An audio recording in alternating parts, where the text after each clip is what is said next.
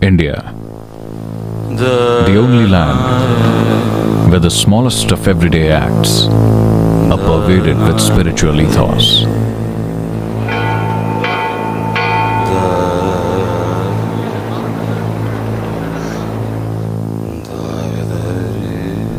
This is a land and culture which has for thousands of years nurtured yogis, siddhas and realized beings. These beings explored life in depth, looked at all aspects of human well-being and consciously structured the culture so that even the simplest act became a spiritual one. Spirituality has stayed alive and flourished for so many centuries in India because these beings created spaces and temples where they invested their knowing.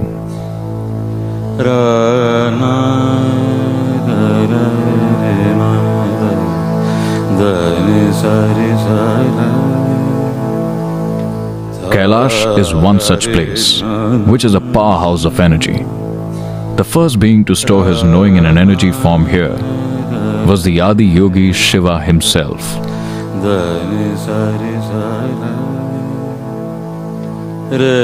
Though they are thronged by worshippers, the ancient temples were originally built not as places of worship, but as powerful energy centers which allowed people to transform themselves in a very deep way.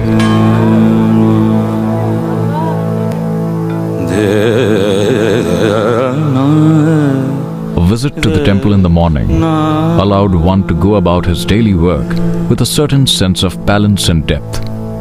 There was a deep and exact science of temple building. The temples in India were created according to the instructions laid out in the Agama Shastras. Each Jyotirlinga temple had a specific function.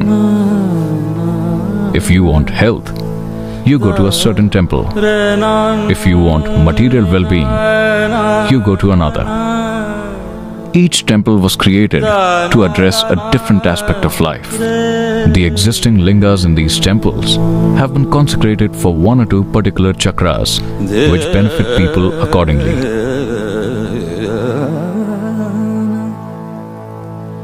But many enlightened beings down the ages dreamed of a temple that held a linga with all 7 chakras fully energized, a Dhyanalinga temple. Of all the temples, this is the most complex to create, and so difficult is the task that it never happened.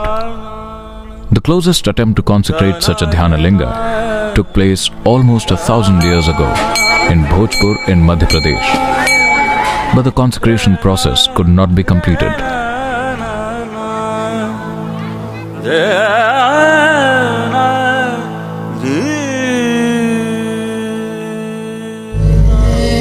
There is now only one place where a Dhyanalinga stands, the only one to be fully consecrated in over 2,000 years.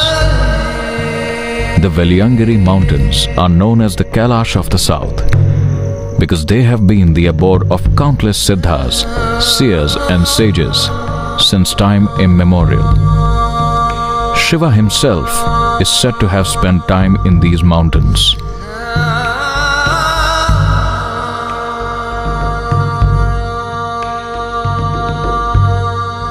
It is at the foothills of the Veliangiri mountains that Sadhguru Jaggi Vasudev established the Dhyanalinga. It took him 3 lifetimes of intense sadhana to achieve this.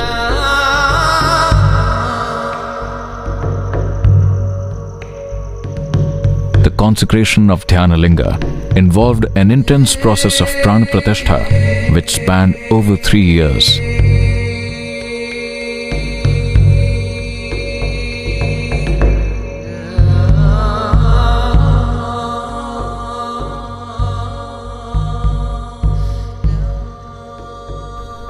In India, it is tradition that prior to entering any temple, one is required to wet one's entire body to help make one more receptive to the energies of the temple.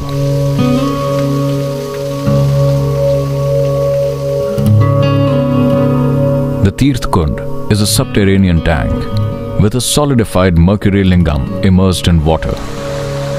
This Rasalinga was consecrated in a particular way, fundamentally as a preparatory tool to enhance spiritual receptivity in a person before he enters the Dhyanalinga.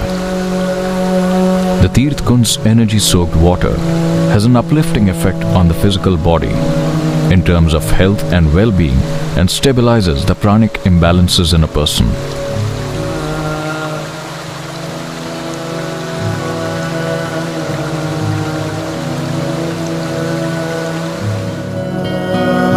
Before the entrance of the inner parikrama is the Sarva Dharma Stambha. Symbols of all the major religions of the world are inscribed on three sides of the Stambha. A welcome that goes beyond religious divides. To reach the open pathway, the inner parikrama, one must climb 3 steps. The unusual height of the steps forces the visitor to press the soles of his feet onto the pebbled surface of these steps, which in turn activates certain nerve centers in the body, a preparation of the system to make it more receptive to the energies of the Dhyanalinga.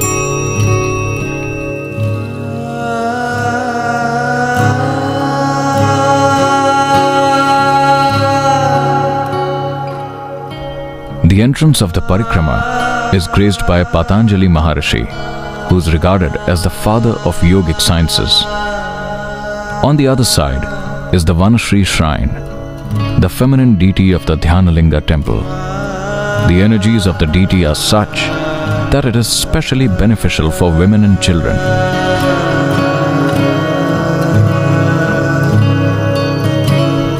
The 6 panels on the approach depict moments from the lives of 6 South Indian sages who reached the peak of consciousness through their devotion to the divine.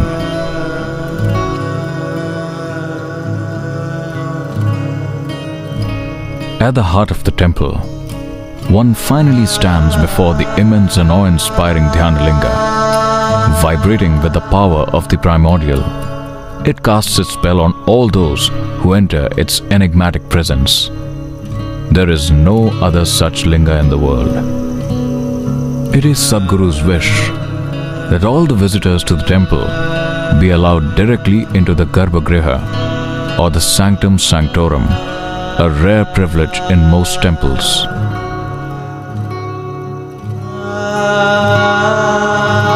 In Sanskrit, Dhyana means meditation, Linga means form.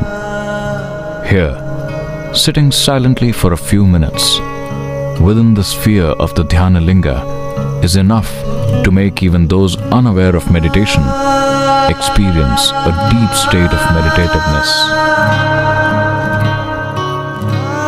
Being in the presence of the Dhyanalinga offers a person the rare privilege and the intimacy of being with a guru.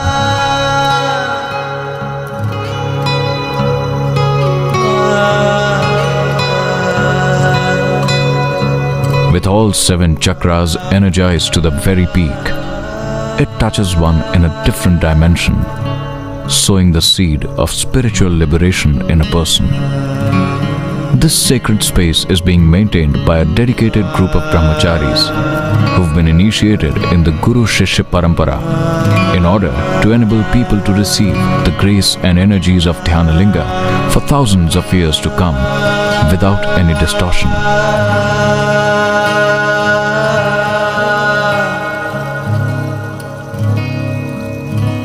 Come, share the experience of the Dhyanalinga. Once a being is touched by the grace of Dhyanalinga, love and compassion towards other human beings is a natural outcome. This finds expression through the various social outreach projects. Action for Rural Rejuvenation works towards uplifting the rural community and provides free healthcare in more than 4,500 remote villages in India.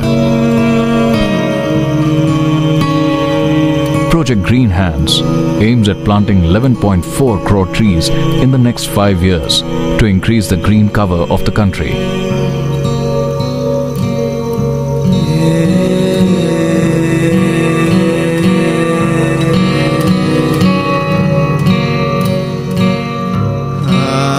Isha Vidya, works to provide free quality education to rural children on par with good suburban schools.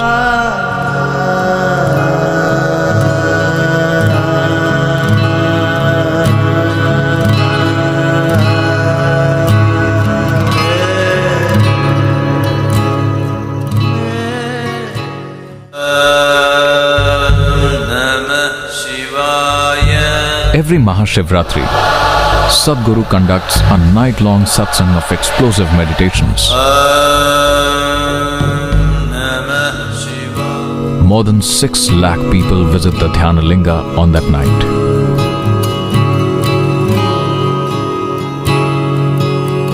One more Tirth Kund is being planned in order to accommodate the rapidly growing number of devotees visiting the temple.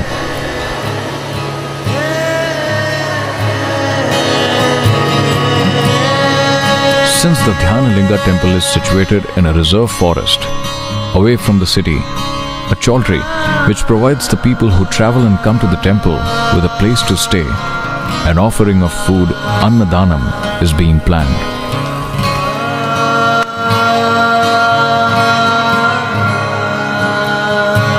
The greatness of this nation lies in its rich ancient tradition and culture, which is slowly dying. Sadhguru has a long-term vision of reviving the arts and knowledge of our culture and has established a system of transmitting these art forms in the traditional Guru-Shishya Parampara.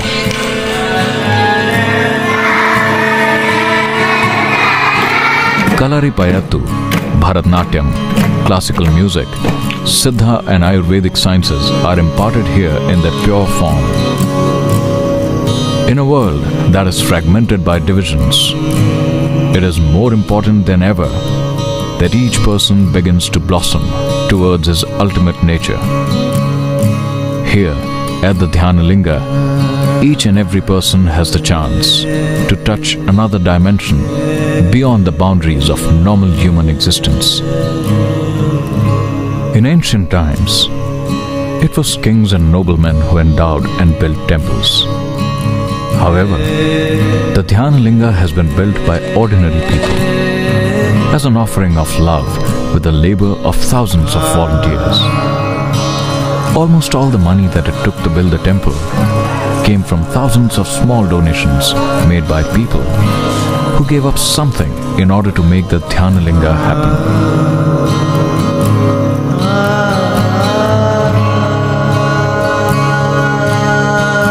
Today, we are searching for the resources to complete the vision for the Dhyanalinga temple. As we seek to reach out to touch and transform more and more people, there's an opportunity for you too. We invite you to be a part of this historic endeavor and to offer this possibility to yourself, your children, and generations to come. Donate generously in whatever way you can.